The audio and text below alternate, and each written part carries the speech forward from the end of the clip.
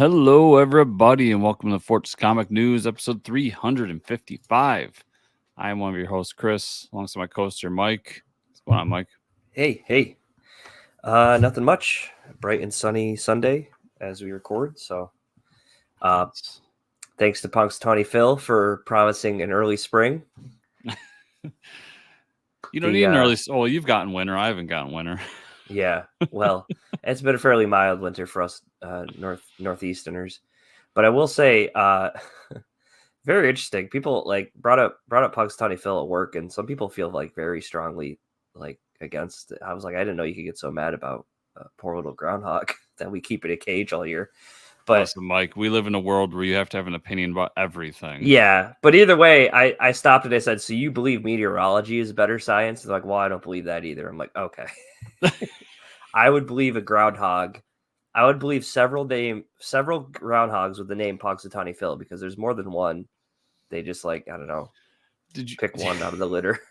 And did you see some? You know how they make like sports hype videos? Mm-hmm. Like I know NFL does it a lot because I always whenever the Eagles put one out, I'm ready to fucking punch a wall, dude. Yeah.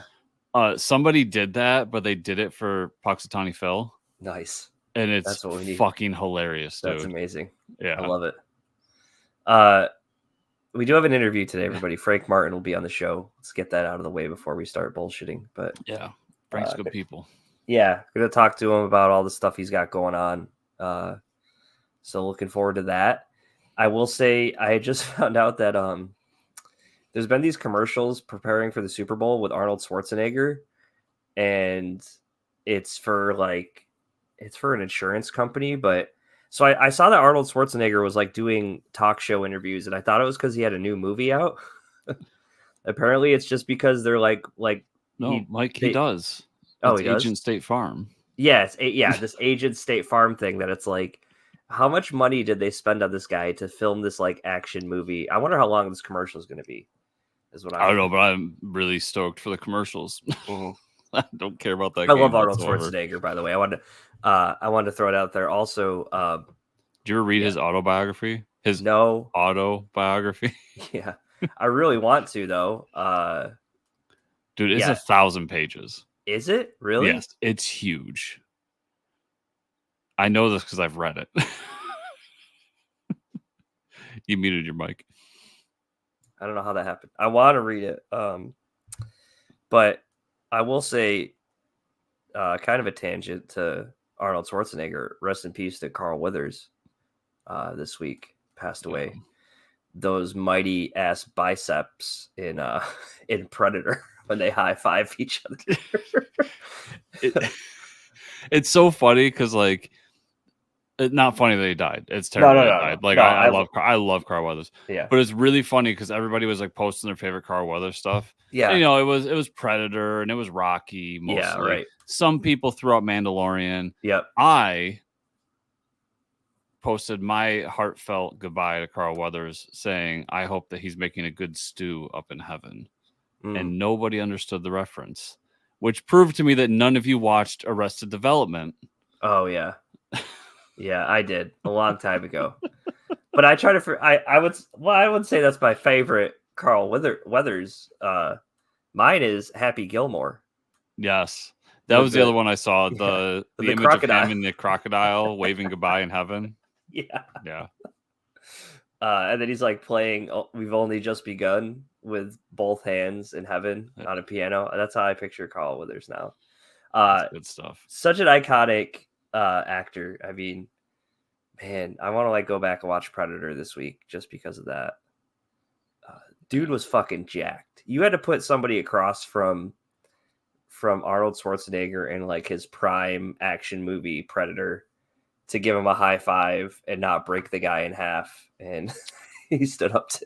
Well, full circle. He was a star college football player. He was, yes, yeah. I don't know if he ever made it to the NFL, but big dude. It's actually find that a out. Really good question, Carl. And then, like you said, it was such a nice reigniting of his career to be in Mandalorian in front of so many fans again. Yeah, that was really great to see him in it. Yeah. Let's see. Weathers played college football for the San Diego State Aztecs. Wow. And signed with the Oakland Raiders. Oh, damn. Okay. After going undrafted in 1970. Does it say how many years he played? So he played about 4 years, and then he went to the Canadian Football League. And then he somehow got involved with acting. That's crazy. Yeah. So. Wow. So yeah. So I mean, that explains why he was jacked. Yeah.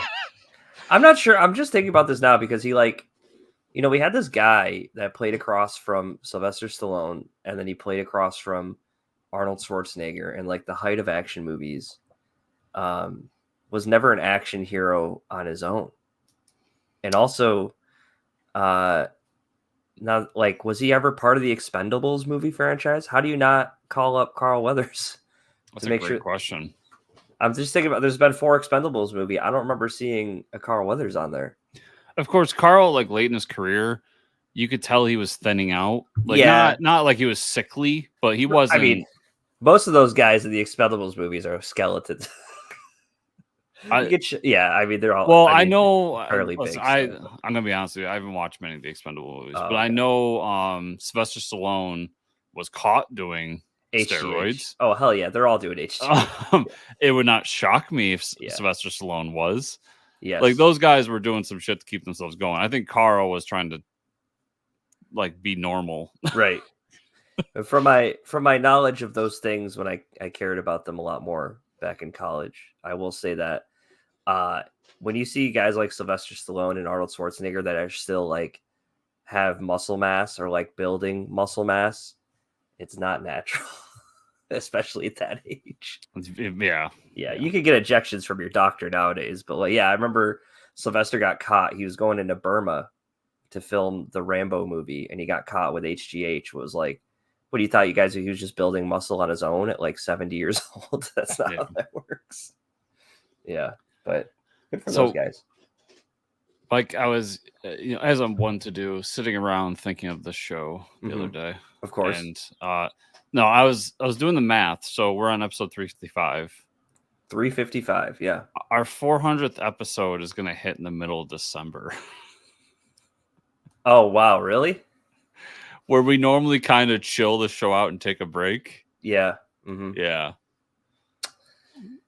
So this December, I guess we're not chilling out so much and taking a break. Or we take the break and film 400 after the break, which might be start the year off with 400.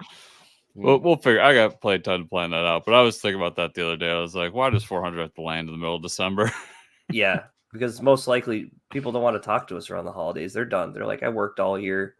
Yeah. I want to talk to these idiots. I don't know why people want to talk to us now, to be honest. But the show must go on, Chris. We have a little bit of news here.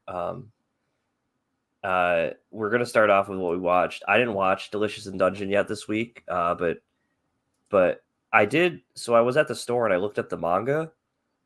So I guess like each couple episodes, 2 to 3 episodes is like a volume of the manga, right? Or something. It seems like 3 episodes.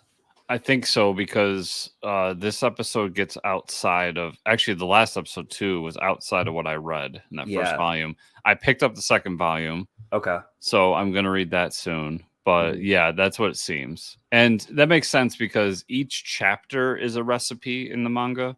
Mm-hmm. Where in the show, it's like 2, sometimes 3 recipes per episode. Yep. But I guess I'll just go into issue or 5 or Jesus. One of the 5. Yeah, episode's 5. So a lot of cool stuff here. We get another adventuring crew and kind of their journey and what they're all about. Yeah. And that's really a setup to get to the first dish, if you will. Oh. And they end up dying. Of course they do. And our adventurers find them, and there's just like coins everywhere. There's treasure everywhere. And they're going to do the right thing. And they put like a spell over them so they don't become zombies. Mm-hmm. Collect all their coin and push it to the side in like on their person so that they can keep it. And that's when they find out the coins are actually bugs, and that's what killed them. Oh shit! And that's our crazy. first recipe, Mike, is bugs that are disguising themselves as coins. Dude, this show is so smart. What's really funny is the dwarf character, he tells them like, oh, these ones are edible and these ones aren't. Yeah. And never says anything about it. So they dump the unedible ones over this giant bridge and just throw it out. And after that happens in typical like, you know, anime cartoon style, they're like, so why are those, how do you know they're not edible? And he goes, oh, well, real treasure isn't edible. You'd break your teeth on it. And they all freak out like, we just threw all that treasure. Great. It's so funny. And then yeah, that's amazing. That leads into the second part, which is these like ghosts are in the dungeon following the crew, and they're slowly starting to like defeat them. But the dwarf knows how to make holy water, and it's hilarious how he makes it, because he's just like, oh yeah, like, you know, he takes all these different myths from different religions out there, and that's like so creates cool. holy water. Yeah, puts it in a jar, and then just attaches a rope to it, and then just starts smacking these ghosts with this jar of holy water. I love this show, dude. It's fucking brilliant, dude. And that through that process, because the jar goes through the ghost, but the holy water is what hits them. So when you keep it in the jar, that's what creates kind of the mace. Like smacking. And we all know, Mike, that when you go through a ghost, it's very cold. Yeah. You get that cold sensation when you go through a ghost. Of course. So it chills the bottle, and because they're knocking around, do you know where I'm going with this? No. They make sorbet ice cream. Oh my god. So the second recipe is holy water sorbet ice cream. Holy water sorbet. Oh my god. Some good moments. We get to learn more about like the girl who died, that they're trying to save. That's amazing. And some good like character moments throughout it. But those are the two big recipes. Show's a fucking blast. I just can't tell you how much I'm enjoying it. It's better and better with every episode. I'm just debating buying all the volumes of the manga, because it's like, why not? Yeah, it's one of those. This show got me even more, like, I love that first volume when I read it, but this show got me even more excited for it, and now I want to keep reading. Mm-hmm. And you'd think, I'll be curious to see how long like the charm of it can last, because there's a lot of volumes, Mike. But it's so much fun. Yeah. But that's my thing, is how long can they keep up these awesome, unique, like fun recipes and everything? That's what I worry about a little bit, because I do sometimes with manga, I do notice that stuff that's kind of a one trick pony gets old after a while. But we'll see. I'm not saying that's going to happen with this. I'm loving it right now. I think it's one of the best things that you can watch right now. So I think it's a lot of fun. Yeah. I will say sorbet. Holy water sorbet. I did finish Masters of the Universe Revolution. Really good. The whole like super jacked Tila, super jacked Prince at the end of them like, we have the power, that they like make out. I was like, this is such a Kevin Smith show.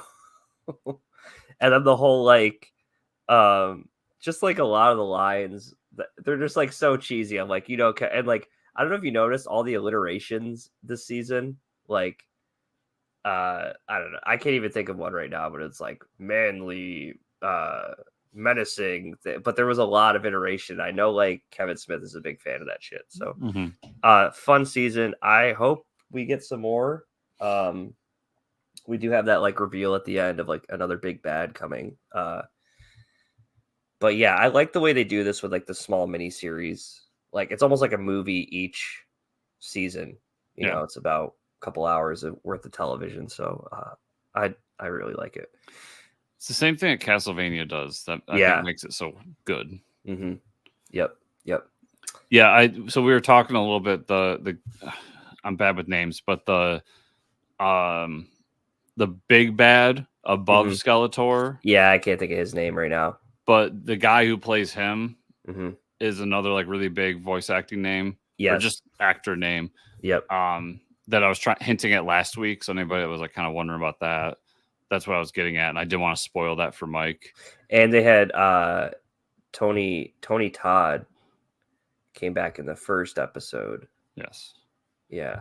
And then I like the twist that the character that William Shatner's playing, the uncle, Yeah. is actually just Skeletor all along. Yeah. Yeah, that was what did they call him though? They're like, you were Kelador, now you're Skeletor. That was the line, and I was like, come on, guys, what the fuck? Of course, like I'm watching the show, and that's the scene that like Katie walks in and she's like, wow, what are you watching? And I was like, I swear it's way cooler than they make it sound. I was like, man. And I think it's funny that William Shatner becomes Mark Hamill. Yes. Yeah. But that's great. Yeah. No, it's great. Yeah. That whole thing. And the whole like ending where it's like, now we're a democracy. Yeah. Like, oh yeah, this is like, all right, guys. Like, yeah, this is gonna go really well. Some of that fighting though, the final scene where they're like fighting and like the ships are like crashing in the background, like the giant warships and stuff, like behind Castle Grayskull. I'm like, this is fucking sick. Yeah. Because like, you know, all the He-Man cartoons back in the day, they're like fighting and like Castle Grayskull's in the back, nothing's happening. But I'm like watching all these ships crash into the ground and stuff. And then Prince Adam with the Hulkbuster suit going through the ship and destroying it. Yeah, I thought it was so funny. There's a Hulkbuster suit. Yeah, I was like, that's Hulkbuster. They just put like Man at Arms and Hulkbusters. Yeah. Still a lot of fun. Yeah, I'd say even if you're not a He-Man fan, check out the Revelations first. Yeah, start with the whole new series. It's great. But yeah, it's not a really great show. Movie stuff. I just want to get right out from the gate here. I watched Beekeeper because I'm on this kick of like cheesy action Jason Statham movies, like with the Meg and the Meg 2 about the giant shark. Those are fantastic movies. Oh, the Beekeeper. Okay, the Beekeeper. It is so. It's first off, it's a David Ayer movie. I haven't watched a David Ayer movie since Suicide Squad. I will say, like this dude. Okay, he hasn't changed. I mean, like you could watch the film and know it's the David Ayer the way it's directed. He's almost turned into like a meme of himself, but he like takes scenes so seriously, like even in movies like this, that it's like comedic to watch. And it's so first off, I really enjoyed the movie. It's a terrible movie, but like that. So it's about what you expect. Jason Statham is a beekeeper. Okay. But he's also a beekeeper. Like the beekeepers are these like, it's basically like John Wick. It's like a secret society that works above the CIA, and that's what we need. Yeah, so they basically there's a beekeeper that keeps the hive. They work for the little people to keep structure and order throughout the US. I don't know what the hell but like there's a lot of lines in the movie. They're like, is he a beekeeper? They're like, yeah, and I'm like, who writes this shit? It's so bad. But the bee puns are amazing. It's basically John Wick with bee puns, because like they go in, they kill his bees, and the young kid is played by he's the dude for Hunger Games, but PETA from Hunger Games. I don't know the actor's name, but he's basically playing one of the Paul brothers, like Jake or Logan Paul, who I absolutely despise. Like he's literally cosplaying as one of them. He's got like the hair, the earrings, and he is like a little shit that like has a lot of money. His dad used to run the CIA. But his dad finds out that he like fucked with the beekeeper, and he's like, I can't help you. Oh, his dad is just played by Jeremy Irons out of nowhere. So you have Alfred playing Alfred, which is like so strange. But he's like, it's the same thing that happens in John Wick, where he's like, oh yeah, you fucked with the wrong dude. I wish I could help you. We could send like a team of assassins, but it's not going to hold up. And so like Jason Statham pretty much kills everybody. And then the movie just ends with him like putting on a scuba suit, diving in the water, and getting away, and that's how it ends. And I was like, wow, like, it was insane. It was a fun watch, but like some of the lines, I'm just like, dear God, he's like, and every time Jason Statham like goes to kill somebody, he's like, I gotta clean out the hornet's nest, and like it's all bee puns. I wish I was joking. The amount of bee puns are like. He's like, I'll find the queen bee. And I'm like, oh my God. You think you're giving a bad review, but you're really selling this movie for me. Oh, dude, I know you're good. I know you'll like it, because I liked it. It was such a weird dynamic of like, this is the worst movie I've seen all year, but it's also like one of the most enjoyable movies I've seen all year. This is a weird transition, but You'll understand when I get there. Uh-huh. A friend of mine that told me about this YouTube channel called Bullets and Blockbusters. Have you ever heard of it? No, never. Okay, I think you would like it. Okay. The whole thing of it is like they take the versions of movies that we didn't get. So they do a whole series on like he does a lot of comic book movies. So like the first ones I watched were all the DC ones. So he does like what was Snyder's plan for the Snyderverse? Right. Like what was he originally going to do? Mm-hmm. And then kind of like throws in like what went wrong along the way. Yeah.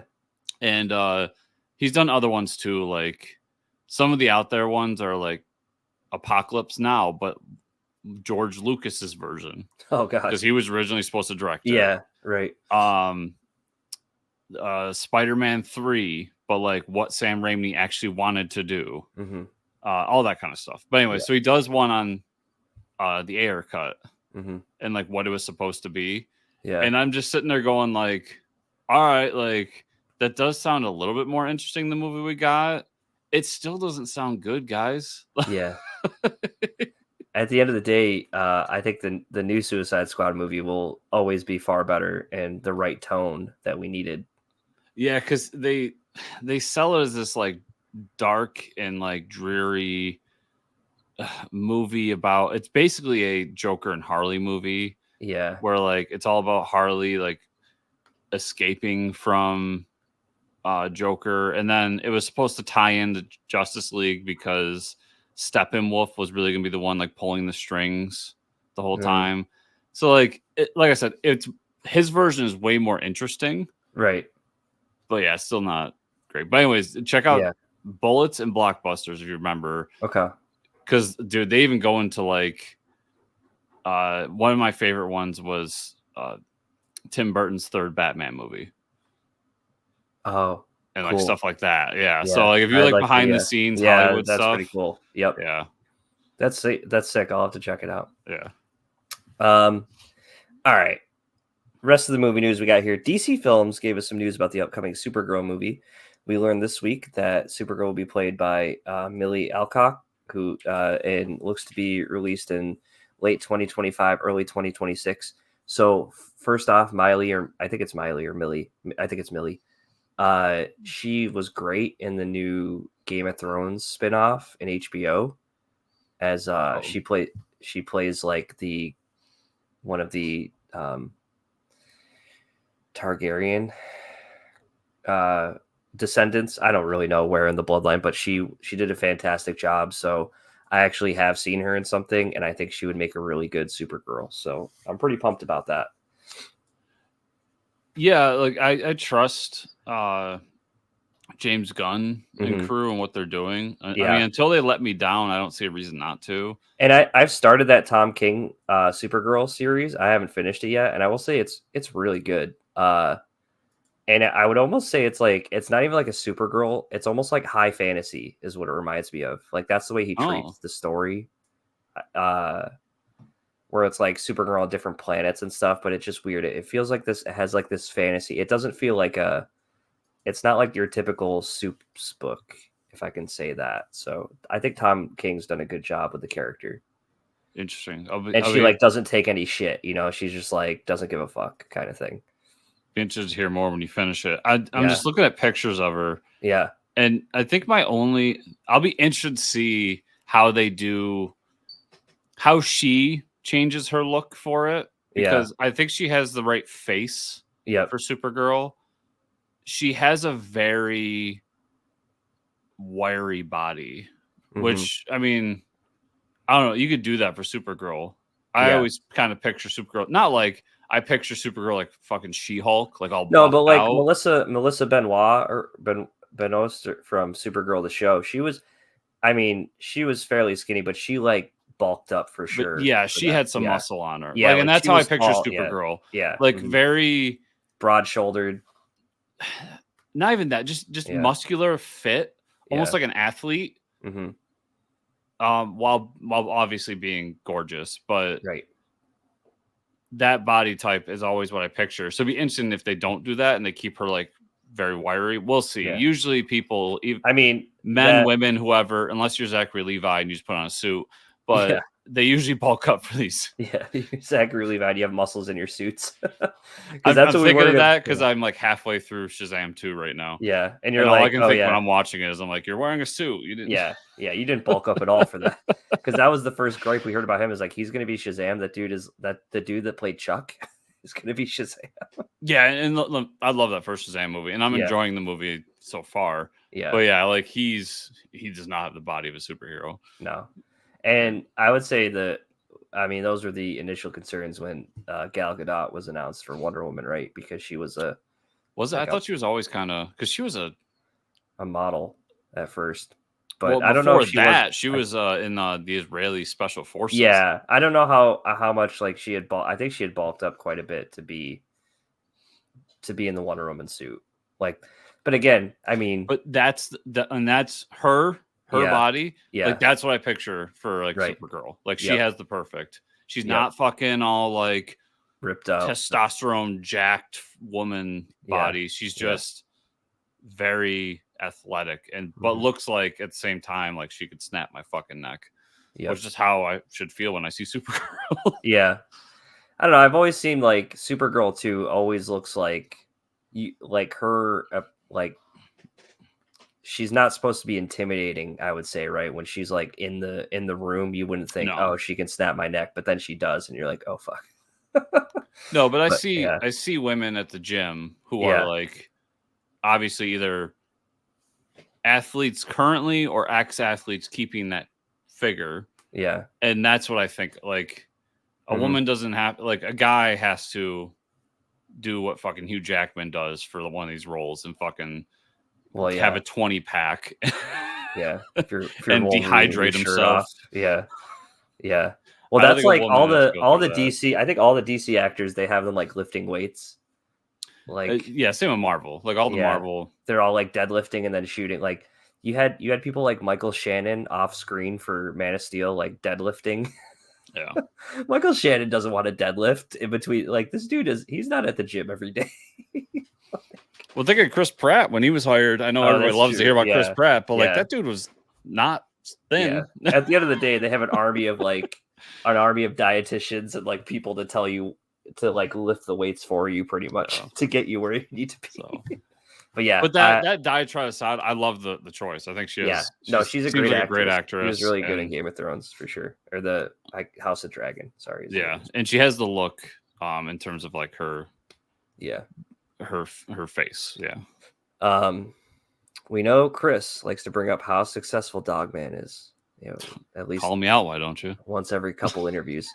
And it's doing even better now because they just announced that the comic series is getting a movie. DreamWorks, of course, is going to be working on a film with director Peter Hastings and set to release January 31st, 2025. Nice. Yeah, I'm surprised it took this long. Yeah, I know. I can't believe it did. They must have had to like hash out who's going to get what money. Well, DreamWorks does the Captain Underpants stuff, which is the same comic creator. Right. I don't. Maybe he asked for more money because he's like, listen, you made a shitload of money off my Captain Underpants stuff, and this thing is way more popular. Yeah, it is. It really is. It's everywhere. That's exciting. That movie's going to make $1 billion. The movie's going to be huge. Oh, yeah. Everybody is going to go see that. Not because like you or I want to go see that, but because all the kids are going to want to see that, and that means all the parents have to go see it. Everybody's going for that movie. Yep. Yeah, that's cool. Good for them. Comic news. So this is pretty interesting. At the end of the recent Spider-Man 2099 comic, Marvel added a page that simply said coming summer 2024, 2099. No word from Marvel as to what it means, but it's safe to assume that there will be some sort of event this summer centered around the 2099 universe. Pretty hype, Chris. Are you hyped for it? I like 29. I think 2099 is cool. I like the idea of it because I don't have to read a bunch of shit to get caught up. You know what I mean? I wonder if it's going to be like all 2099 books, you know, like Features End style event. I like the idea of 2099. Yeah, maybe that's usually what it is. The execution, in my opinion. All the 2099 books I've read are kind of like, eh. but Yeah. I like the idea. I know what you mean. That means, I mean, if it's, who knows? Because they've been doing these Spider-Man 2099 books for a while. They did a little mini thing where they did like a different 2099 character for each book to tell a story that wasn't that great. At least I didn't think it was. And it's all kind of helmed by a creator that, I mean, no offense to him, he's very successful and a lot of people love him, but it's usually helmed by Steve Orlando, who I'm not a huge fan of. So I don't know. I got to see exactly what it is before I get hyped personally, but it's cool that they're doing something with it. I mean, it's been something they hadn't done something with in so long, and then all of a sudden it's just fucking everywhere. I can't imagine why. It's not like it's part of like a big movie or something. Yeah, not at all. Not at all. But to the people, I do know people reading it, the Spider-Man stuff and loving it. So to them, hopefully it's great. I'd be interested to see too, because the original 2099 event was a bunch of different books. Like there was X-Men and there was Doctor Doom and so on and so forth. So we'll see if they go all if they do that, I'm out right now. Yeah. If it's a like 5-issue series and then there's some like side books, I might be convinced to try it out. Cool. But yeah, we'll see how it goes. I'm hoping for something fun, but I'm always hoping for something fun, Mike. I just want fun. I just want a fun event. Marvel and DC have both been working with manga creators to bring their characters to Japanese comic industry. And this week, we learned about some Marvel manga series coming to America later this year. This one's pretty cool. The new Spider-Man manga from My Hero Academia Vigilantes creator Hideyuki Furuhashi, titled Spider-Man Octagirl, finished its run in Japan and is set to release with an English translation fall of this year. Awesome. I'm guessing that's Doc Ock's daughter it's about. It's Doc Ock possesses the body of like a little girl or something. Oh, that's such a manga. It's weird Japanese shit, man. Yeah. But I love it. Yeah, that's awesome. I read the Spider-Man Red they did. I think I talked about it on the show at the time. Yeah, that one was really good and it was a lot of fun. So I'll be in on this one 100%. Dude, just look at the little cat on the cover. How could you not want to? Yeah, and I like the idea of like, because one of the things that's fun about manga is like, and I'll actually talk more about some later, but is these like putting people in weird scenarios. Right. Very awkward situations. Yeah, and this is almost like the weirdest of weird scenarios, like ultimate supervillain just being like, I'm a little girl now. It's like, yeah, okay. Let's see where this goes. Yeah, right. But it's also what's nice about it, one volume in and out. I'm not stuck for like a 20 or 80 volume thing. Right. Yep. Yeah, it looks like a lot of fun. Yeah, and I like that cover. That cover's fun. Like you said, that cat. Yeah. And I like the octopus hairpin in her hair as like a nice touch. A remastered version of X-Men manga from writer-artist Hiroshi Higuchi is being reprinted for English audiences, set to release fall of this year. This manga series is based on X-Men, the animated series from the 90s, and this release is to go alongside X-Men 97. That's pretty sick. I didn't even know they had a manga for 90s X-Men. Neither did I. I'm torn on this one though, because like that animated series, I brought up enough now that I can't say it's like the unknown, but it's the unknown part of my past of watching the show and part of me getting into comics. But I still to this day am not a big X-Men fan. So yeah, right. I'm just not sure whether I'm going to jump in on this one or not. I like that they're doing it. My big issue is that I guess it's centering around Jubilee as the main character, which everybody's going to come out to me as like, Jubilee was kind of the main character of the animated series too. I get it. But yeah, I like the art here. It's really cool. It's just Japanese enough while still I could see this being like an American comic as well. Right. Yeah. There's some hints of Japanese art there. Yeah, it's mostly the faces. Yeah, the faces. Yeah. I was gonna say, yeah. Yep. But No, I'd want to, because this one's multiple volumes too. That's Okay. another thing. So volume 1's coming out this year, and then I'm assuming we'll get more if it sells. I just want to know more. If it's just a retelling of the show, no. If it's new stories, okay.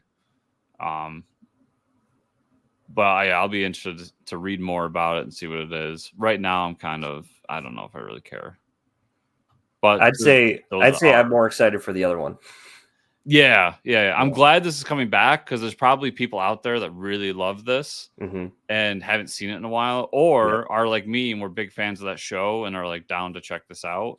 Yeah. And I think this is also another great way to, what this initiative is supposed to be on both sides, DC and Marvel, is to bridge that gap between manga readers and comic readers. This is actually the perfect book for that because it's based on something we know in terms of the series. So yeah, it's cool. Yeah, good for them. We'll see when it comes. Marvel announced that Ahsoka Tano is getting her own comic series for the first time. There it is, with a twist. A new series titled Star Wars Ahsoka will be released this summer from writer Rodney Barnes and artist Steve Cummings and George Jeanty. The series will be retelling of the Disney Plus series Ahsoka. Oh, so it's just the Disney Plus series. Interesting. The tease of this book. Yeah. For me, when I saw this press release, I was like, oh, finally an Ahsoka book. And then I read further, I was like, God damn it, why does Ahsoka's first solo series at Marvel have to be a retelling of a story we've already seen? So I almost wonder if they want to do more with the character that passed away on the show. Maybe that's why they're doing like a recap of the show, and then they're like, now we can do the story we wanted to do. Here's why I won't give you that. Okay. They've done this for every Disney Plus show. Oh, they have? Oh, yes. Okay, fuck. There's a Mandalorian book and there's an Obi-Wan book, and they're so weird. Yeah. So it just seems to me like an easy way to get a cash grab on the Star Wars fans. Yeah. And that's kind of where I stand with it. I want new stories of Ahsoka. What I really want is some of those stories in between Clone Wars and Rebels, right, where she's just like doing her thing. Like, get me in that space. Like, we've done novels on it. I want comics on it. Right, get us comics. I wouldn't even care if they redid the novel as a comic series. Right. But yeah, the only one of these I've tried was the Mandalorian one. And I quickly was just like, oh yeah, I watched this show. Yeah, I've seen all this before. Which is a weird thing to say when we talk about what we read later, because there's a book like that I read that I really loved, but I don't know, mostly these like retelling of stories of movies or whatnot, I don't get into. So yeah, I agreed. Well, that's unfortunate, but I guess we'll talk about what we read this week. I'll start off with a review copy, Chris, because I've started to dig into that folder we have. This actually comes out today, folks. This book, if you're listening, this is Godzilla Valentines Day Special #1. I also read this. Yeah, fucking more Godzilla in this book than I wouldn't have thought a Valentine's Day book about Godzilla would have so much Godzilla in it, but here we are. I really enjoyed it. It's by Tunnel, is writing it, in Paris on the art. The one thing that made me really enjoy it was like that side by side thing they did with the pages of like the left and right side was like, okay, here's a classic Godzilla villain. Here's a little excerpt about the characters and like how the relationship was tying up in between all those events. And then, it's like it boils down to an enemies to lovers story, like classic romance where it's like, oh, we hate each other at first, we're on opposite sides, kind of like don't like each other, and then they fall in love. I think overall it's a lot of fun if you're a Godzilla fan. If you're looking for, I would give it my stamp of approval for a Valentine's event, because I see those books and I'm like, I don't know if this is going to be good. I'm glad that I gave it a shot though. So I checked this out of pure morbid curiosity. Yeah. I was just like, how the fuck do you do a Valentine's Day special with Godzilla? Yeah. And I come on the other side of you. Like, not that it's a bad book. I'm sure Mhm. people that like romance books will enjoy this. Oh yeah. But it was very, for me, like, all right, they were enemies, now they're lovers. Yep. I don't really like romance stories, like pure romance stories. Right. I did like, I see, the thing is too, is what happens with these books is I get very invested in like a subplot, Mm-hmm. and I want that to be the plot. And so like her being a journalist who like follows Godzilla around. It was a cool storyline. Yeah. I was like, I Yeah. want more of that. Yeah. Right. And Right. then they just like kind of don't do anything with it other than like, Yeah. that's what she does. I'm like, Yeah. what do you mean? That's what, like, That's I it. want to see that. Yeah. Yeah. So it didn't fit my taste, is what it was. It's Mhm. not that it's a bad book or it's, the art is fantastic. Really It's good art. the writing's good. I mean, for what it is, it's just I don't really enjoy these types of books. I would say, never have paid money for this, but I would say to have a story where two characters can fall in love in a world where there's giant monsters destroying your city. It's just like you're pretty much up against, a lot of things to begin with. So I think that's a tough task in itself. yeah. And to be fair, I like kind of going into this, I knew it was a romance book. I mean, it's Valentine's Day Special. Right. So like I knew that like what I enjoy, and this goes back to things I've talked about in the past, where I try things outside of my comfort zone to see like how I feel about them. I know I'm not a big romance fan. I'm like, let's try this out. I was also just in my head, like, how good was this pitch? Right. Right. Yeah. Like to tell the Godzilla team, like, listen, we're gonna do a Godzilla book, but like it's really about two people falling in love. Yeah. It's like, okay, where's the huge twist? And to me, like, there wasn't that huge twist for me. No. But once again, I'm not the audience, so I'm I not think- trying to shit on it. I'm just saying. I would say, as a Godzilla fan, the reveal was we got to see monsters like Biollante and Rodan and shit like that. Like, oh, you flip a page, oh, it's Biollante. I haven't seen him in a while. That kind of thing. So I did like how they told the story over years and how like the way the panels are set up. So the artist does a phenomenal job of paneling this because the top panel is basically the whole page. Yeah. And you get the fight that's going on. Right. And then you have sub panels inside. Yeah, that I think tell that the was story really of the cool. characters. I like that. Yeah. Yeah, there's a lot of good things here. It's just wasn't my style.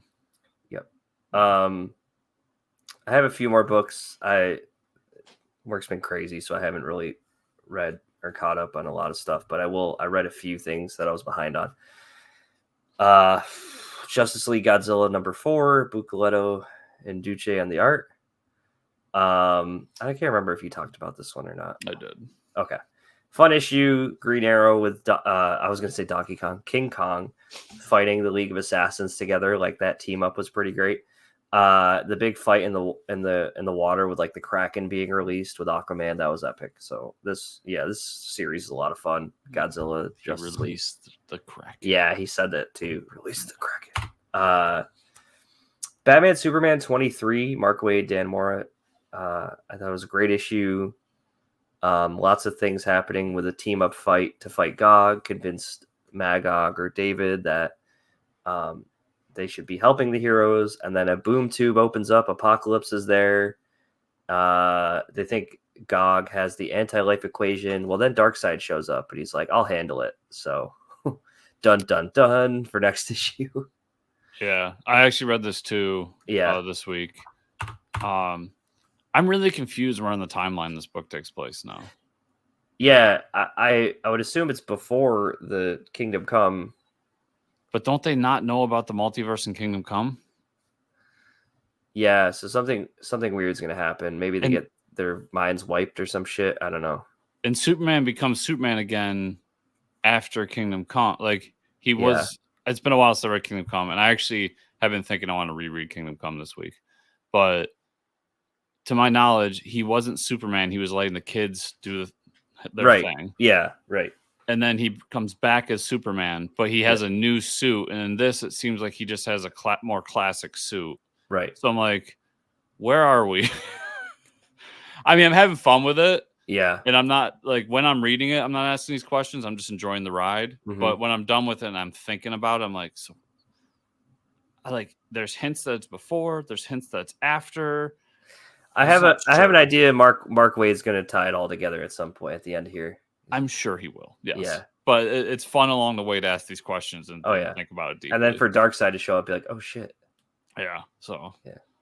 But it did make me like go back and be like, I haven't read Kingdom Come in a long time, and I don't think you're the only one, Chris, because they're probably selling a lot more trades of Kingdom Come lately. Well, I have one on that shelf.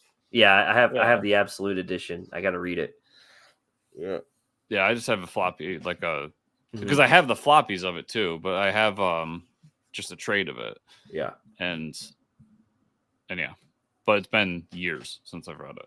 But like it's not on my yearly read list. You know, it's still an enjoyable series, and I'm waiting to see how he ties it all together.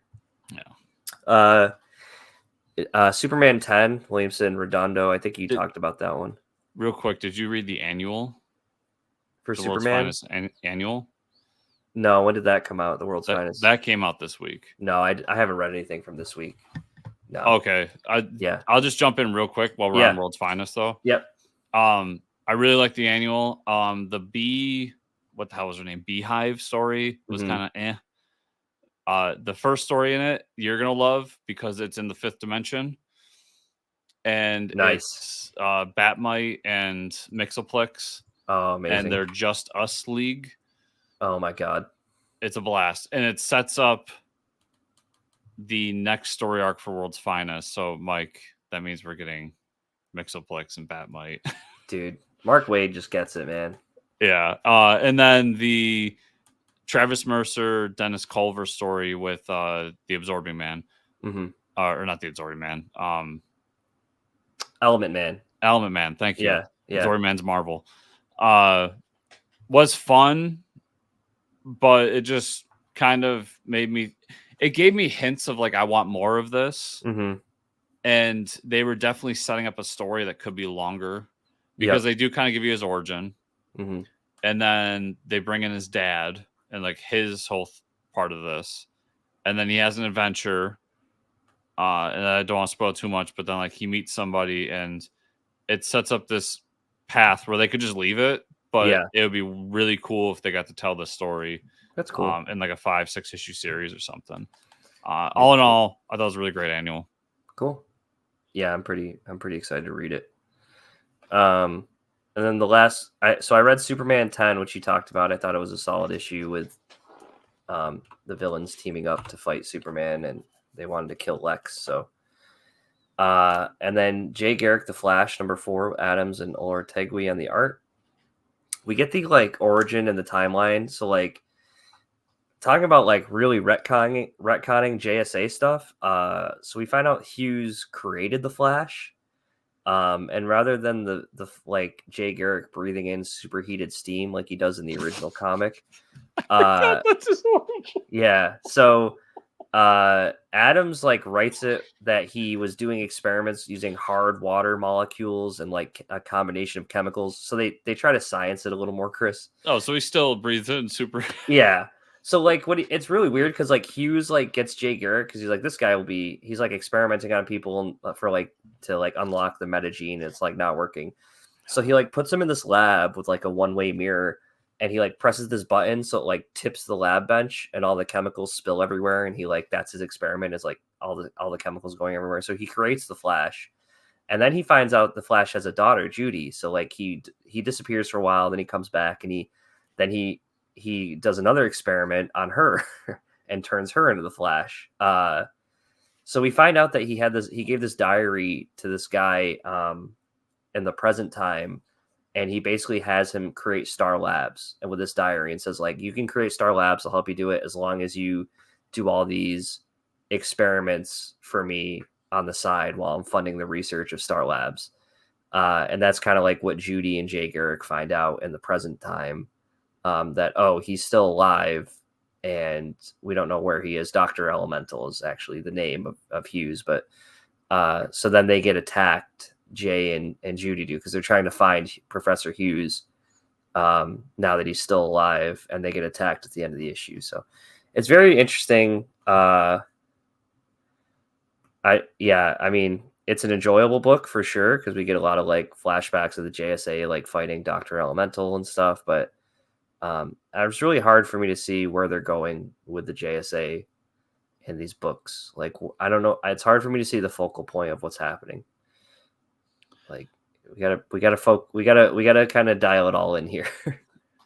Because I'm only reading Wesley Dodds, and that just feels like a solo book. It doesn't feel like it's really tying into anything. But the JSA book itself, it does at this point feel like it's just leading up to a Legion book. So, right. That's weird. Yeah, that's all I really got to though. I have a bunch of other stuff I need to read. Okay. So on top of the two we talked about that I read, Duke #2 came out, and this is Duke on the run. He goes to find an old friend who's like, I'm sure these are all G.I. Joe characters, so I apologize to that community. I don't follow G.I. Joe. But he finds this guy who just like is really good with really good mechanic and like kind of a ladies' man. So like when you meet him, he's got some woman that's in his bed and he can't remember her name. So like he gets in trouble for it. Yep. But he takes the device that Duke's given and figures out what it is. And it's basically a car tracker. They do more like sciencey shit with it, but that's essentially what it is. So in my head, I'm like, okay, so this like tracker is to track a transformer. Like that's got to be where they're going with it. Yep. They get attacked by two more random guys who are, I'm assuming, G.I. Joe characters at this junkyard and get taken in and arrested and put into this like underground facility where they're held, and they're gonna be brought back to the military to face their consequence. And as they're talking about like, we need to get out of here, we need to figure out our next move and everything, a character in the cell next to them pops up, and it's actually a G.I. Joe character I know, which is the Baroness. Oh, that's cool. One of the villains that works for Cobra. So good issue, just a lot of action. I love that first issue in the setup. I'll be interested to see more how they follow that, because this one just kind of felt like this was a Man on the Run action movie, this issue, right? And but really good. So cool. Titans Beast World #6 came out, Mike. Oh yeah. The finale of Titans Beast World. So I won't get too much into it, but like, other than to say, because it's in the first couple of pages, we were talking about who Dr. Hate is, and it is the version of Raven that was in her like gem, the demonic version. So that version got out, and that's what Dr. Hate is. So I can't remember what we said last week, but I felt like we said something like that, and we were right. Yeah, we thought it was an evil version. And then the heroes go and like try to cure the different people of their affliction. And it kind of goes south because they find out something along the way that leads to the ending. I don't want to spoil it for you, Mike, so that's why I'm being coy. And then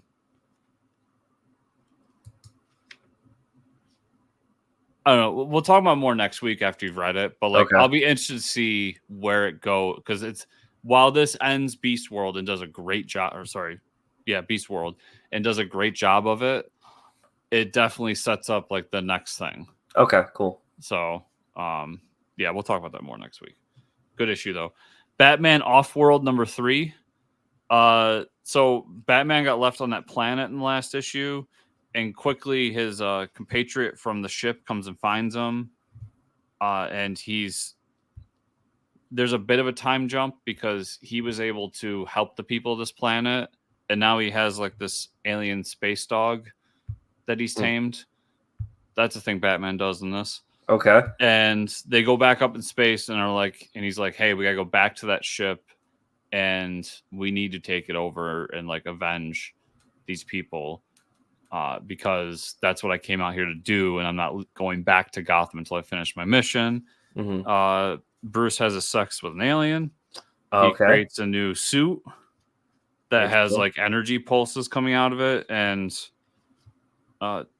shockingly, Mike, he infiltrates the ship and defeats them. And then they set up the next villain, who we find out there's somebody pulling the strings of these guys above them. once again, there's some weird things happening here. It's a fun book. It's good. It's just not the Batman I really like. Yeah. I think Jason has a good eye for the character. He's just putting him in a situation that I'm not a fan of. Mm-hmm. But I will keep reading it because gotta support my boy Jason. Then my last floppy, and then we'll get into some trades I read, is Avengers Twilight #2. Nice. And in this, we get the Defenders' plan on kind of how they're going to free everybody with Cap. And while they're doing that, we find out that the Thunderbolts have been they've used that name for this like elite special ops group, and known as the Thunderbolts Patrol, and they're going to be sent out to attack Cap. The Defenders and Cap go to this New Year's Day celebration, and they hack into a broadcast to give a big speech. And what's fun about it is, I said the first issue was like Dark Knight for Cap. This kind of continues that, because it really is Cap giving this like classic speech of like, you know, the man's keeping us down and we got to be free and all that shit. And just nobody cares, because we're in a different world now. Like, it's not the same. It's not 2000 or whatever. It's way into the future. And yeah, and so he goes back and he's trying to figure out what he can do and how he can fix this problem and everything. And we leave him with kind of a depressing note of like, I don't know what to fucking do. And then the side story is Tony Stark's son, who is kind of fighting against him and creating all this armor for the cops and everything. He's convinced to take on the mantle of Iron Man to fight Steve, because they believe that the best way to defeat Cap is with Iron Man. They're wrong. And we find out that the man that raised this kid, who's they're calling Jarvis, but it's not really Jarvis, because Jarvis is already old in the present, is actually the Red Skull the whole time. Red Skull's been kind of pulling the strings, which really explains the fascism part of all this, Mike. Yeah, that would explain it when you have a Nazi involved. And we find out that not only is he pulling all the strings, but he's also, during H-Day, what attacked on H-Day was Ultron. And Ultron was destroyed, but Red Skull was able to keep his head. And now he has him trapped in this computer, and he's helping him along the way. It ends up being that their whole plan is like, we need to set up these events so that basically Red Skull can live out his days as like a tyrant, even though he's not in charge, like frontally in charge. He's behind the scenes as the puppet master. And then when he dies, he's just like, and then Ultron, you do what the fuck you want. Like, you can take over humanity. I don't care. I'll be dead. Go for it. Nice. I love this series. It's been the 2 issues, but it's been really great. And they're doing a lot of cool things. All right, sticking with comics. So I finally finished Adventures on the Planet of the Apes. Oh, nice. That's what I was talking about earlier. This literally is a retelling of the first 2 movies. Oh, cool. They don't really get into anything else. It's just that. But I really enjoyed it. It's kind of neat to see those classic movies retold in that way and to relive them. At the end of the day, if I was to, and this is what I'm getting, but if I was to get a new Planet of the Apes comic, I wouldn't want it to be a retelling, right? Much like my Star Wars comics. Yeah, I would want something new in the world. New stuff. Yeah, but I think this one was handled really well, and I just like that classic art style to go along with those movies. So. Good stuff, but I think you'd have to be a big Planet of the Apes fan, because it's it was $100 omnibus. Jeez, so that's a lot of money. And then I read some manga this week. So Rooster Fighter Volume 5 came out. Oh, nice! Back, and I finally read it.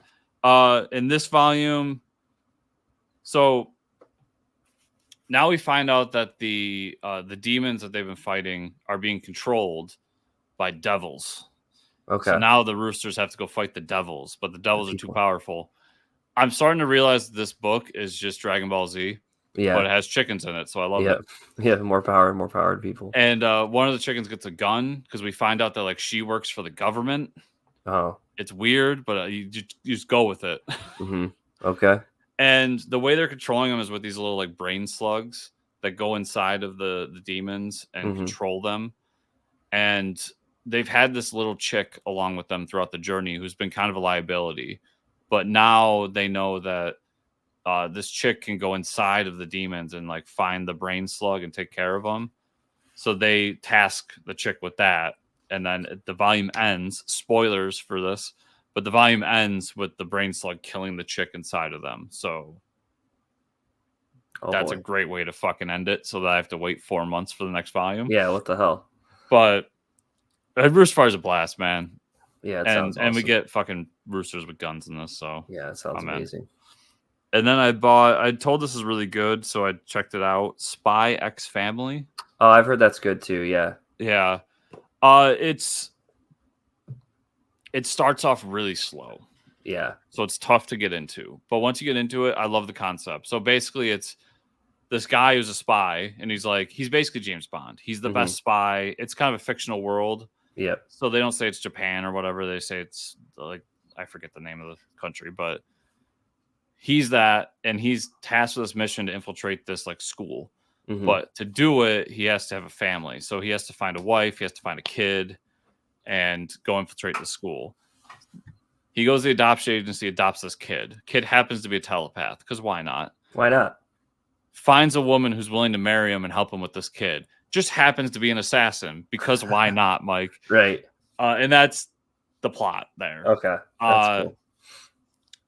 So the first couple of volumes are that. It's him like trying to find the pieces to the mission, and that's why it can be rough to get into, slow to get into.